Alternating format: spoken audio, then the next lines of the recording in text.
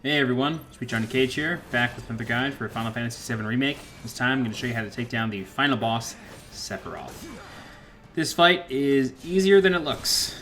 You're going to primarily use Cloud, and you're going to go into Punisher mode and just block and parry. So occasionally, Sephiroth will cast either Firaga, Blizzaga, Thundaga. He'll cast an Aga spell. When he does that, you just want to do your best to get out of the way. Sometimes you can dodge it if you're far enough away. I recommend just trying to block and then go right back into Punisher mode, wait for him to do a physical attack, parry, and just keep wailing on him. When he gets staggered, you'll notice that the stagger meter is dropping very quickly. That's because it's a scripted event where as soon as you hit him once, you'll get a little bit of a cutscene, you'll move into a different arena. What I recommend doing is, once you stagger him, heal up. You just use Cura, you probably shouldn't have taken that much damage at this point, but just heal up and then hit him once and trigger the cutscene and move. I don't recommend trying to wail on him and then, get to the next area, you're running out of time, you don't realize your HP. Just heal up and then hit him. It's a scripted event. You really can't go wrong just doing that. So, he's going to cast Blizzaga there. Blizzaga has the unfortunate side effect of freezing you in place and hitting you twice. Luckily, I was able to hit him before I got that Firaga. So, we're going to get over to this platform. We are going to just keep attacking him. I'm not really... I've lost 700 HP at this point. I'm not going to heal up. Not really going to bother. Sephiroth is going to do a Virgil move from DMC3. And some party members are going to come to our rescue at this point. I have heard that this can be random. I've heard that people have gotten Aerith here. I always get Tifa and Aerith here. But some people have also gotten Barret. So it seems to be random. I don't really know why they seem to have their Advent Children powers either, where they're punching through bricks and cutting through buildings. I don't really get that. Sephiroth is going to cast Aroga. This is going to mess us up pretty good, and then he's going to just follow it up with an attack. If you want to head back into Punisher mode, just do your best to block, and then, yep, we can block most all of this. So you want to do your best to cure up. Unfortunately, my cure materia is on Cloud, not Tifa. It would be nice, though, if it was on Tifa. This way we can just kind of keep focusing on Sephiroth. You can actually parry from behind, as you saw that. I wasn't even facing him, and I got the parry, so keep that in mind. His pressure meter is almost full, so he's going to cast Telluric Fury. We're going to block that, parry the next attack, and then just wail on him a couple times. And he's going to get staggered right here. Okay, so once he gets staggered for the third time, we want to, once again, heal up as best we can. Use that on Cloud. Tifa likely has not taken any damage at this point. Cast Star Shower. Deal as much damage as you can to him before you trigger the next cutscene. And once we move into this next area, we will get Aerith. She's going to help us out for the rest of the fight. We're going to keep attacking. He's going to get up eventually. And then once he does, we're going to repeat the process.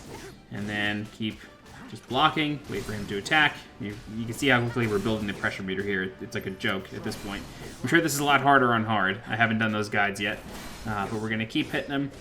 He's going to cast Hell's Gate. This is a pretty deadly ability. I shouldn't say deadly, it just deals quite a lot of damage if you're not blocking. But he basically leaps up and then plunges his sword into the ground, and then there's going to be an AoE circle around him. You want to try to get out of it, but if you're within melee range of him, probably not possible. So we staggered him one more time. We are going to do our best to deal as much damage as possible, cure up, make sure to use Focus Strike with Tifa. Really powerful since he's literally on his knees. But here's another cutscene, and then we're going to get Aerith.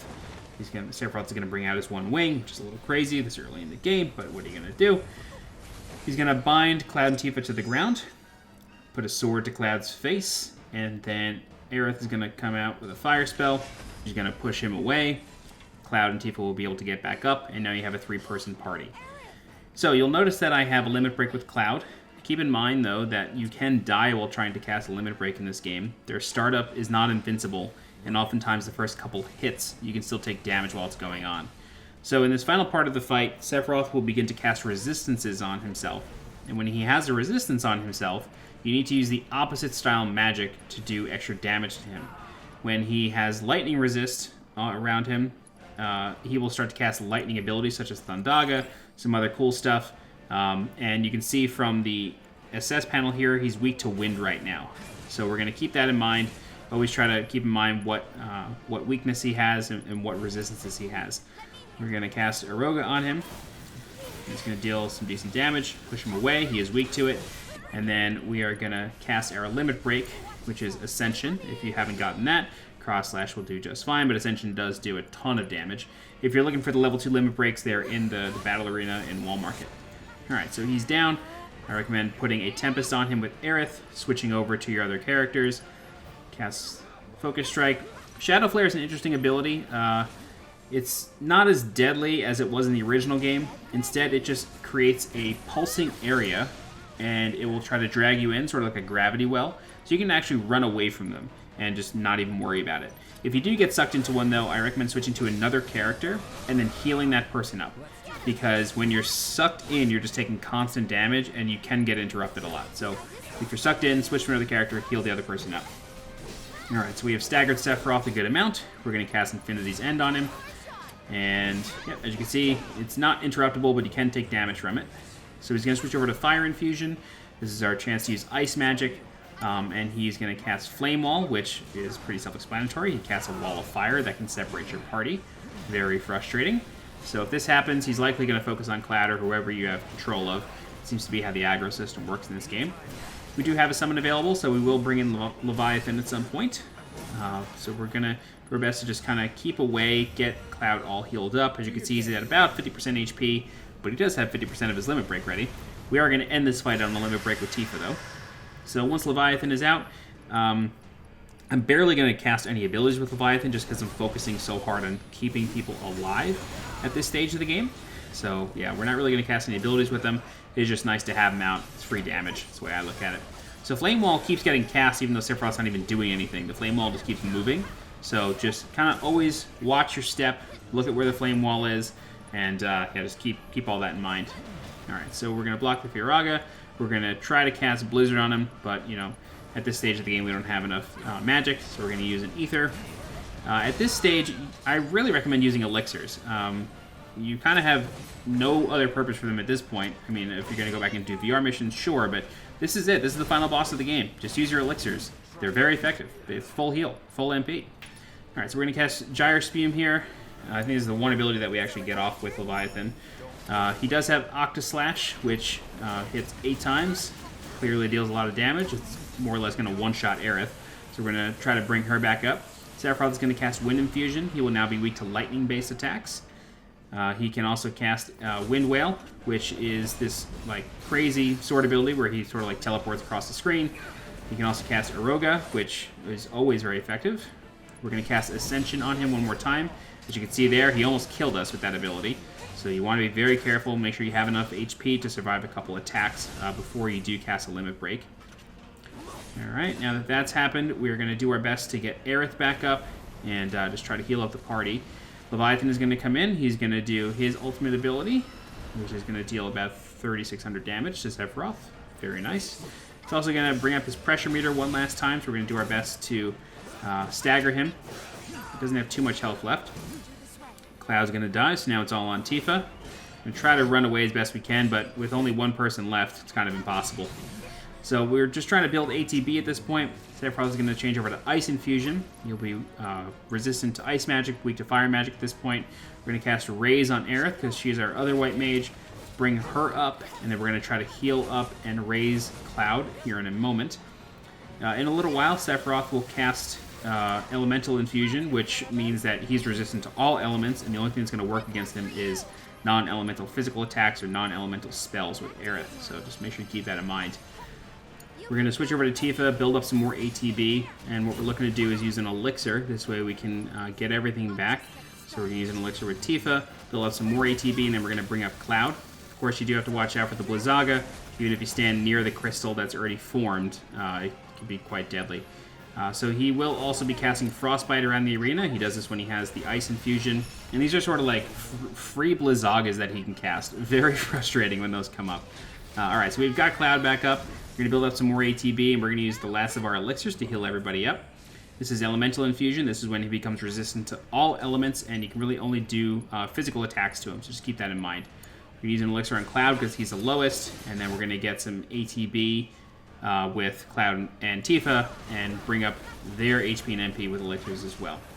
So with Cloud, we can go back into Punisher mode and parry all these attacks, queue up the pressure meter with Sephiroth, and once you queue it up the final time, he's going to go into like an ultimate form, if you will. He doesn't change physically or anything, but he can start casting insane attacks. His Shadow Flare now casts 6 or 7 Shadow Flares on the ground. He has sort of like a stomp ability where he'll just jump straight down onto whoever's in front of him and deal a ton of damage. So yeah, just keep all that in mind. He is still resistant to things, so elemental spells really aren't going to do much to him. You do just kind of have to tough this one out and use any non-elemental abilities you have. As you can see, Shadow Flare is out. Things are going crazy on the stage. There's, I think, 6 or 7 of these things out here, so you just want to run away and avoid them and make sure you're avoiding the explosions as they happen. So Sephiroth will start counting down from 9. I don't know what happens when he reaches 1. I'm assuming it's death. I've never let him count down that far. We're going to keep building up ATB. He has this auto attack when he's in this mode where he just does an AoE around him. It does about 1,000 to 1,500 damage. See right there, crazy. You just want to try to get out of that. It is an area of effect that you can get out of, but while you're getting hit, you're also getting interrupted, so it's quite hard. But if you can't get out of that, just switch over to a different character, try to heal up the other one, build up ATB, and just keep going after him. So he's going to jump across the arena. He's going to cast Heartless Angel, which is an incredible attack, giant AoE, almost unavoidable. It's going to bring a couple of your people down to 1 HP, and then you want to heal them back up with elixirs. So we're going to use 2 elixirs at the same time. Everybody's back up, no big deal. The meteor's starting to come. Not good. So I'm pretty sure when it reaches 0, he just throws a meteor at you. I'm just assuming. So we're going to keep building up ATB. That is the slam attack that I mentioned. Just puts the person on the ground, interrupts whatever they're doing. And now we are going to cast Infinity's End. And then we're also going to use Tifa's Limit Break, which is Dolphin Flare. And that's how we're going to end it. So we switch over to Tifa, get something nice and cinematic, and he's going to go down with Limit Break. Oddly enough, the character automatically dodged after I casted it, and it didn't actually cast Limit Break. I had to do it again. So just make sure that things are happening after you choose to cast them. But that's it. Once you get Sephiroth down, you'll get the ending of the game, and you're done. If you guys have any questions, please feel free to leave a comment. I'll do my best to help you out. You can also join my new community Discord server. The link for that is in the video description below. If you're looking for more guides for Final Fantasy VII Remake, please subscribe to the channel so you get alerted when new guides go live. If you're interested in supporting the channel monetarily, please consider becoming a channel member by clicking the blue join button below this video. Don't forget to follow me on Twitter and on Twitch. And as always, I'm SweetJohnnyCage. Thanks so much for watching, and I'll see you next time. Bye-bye.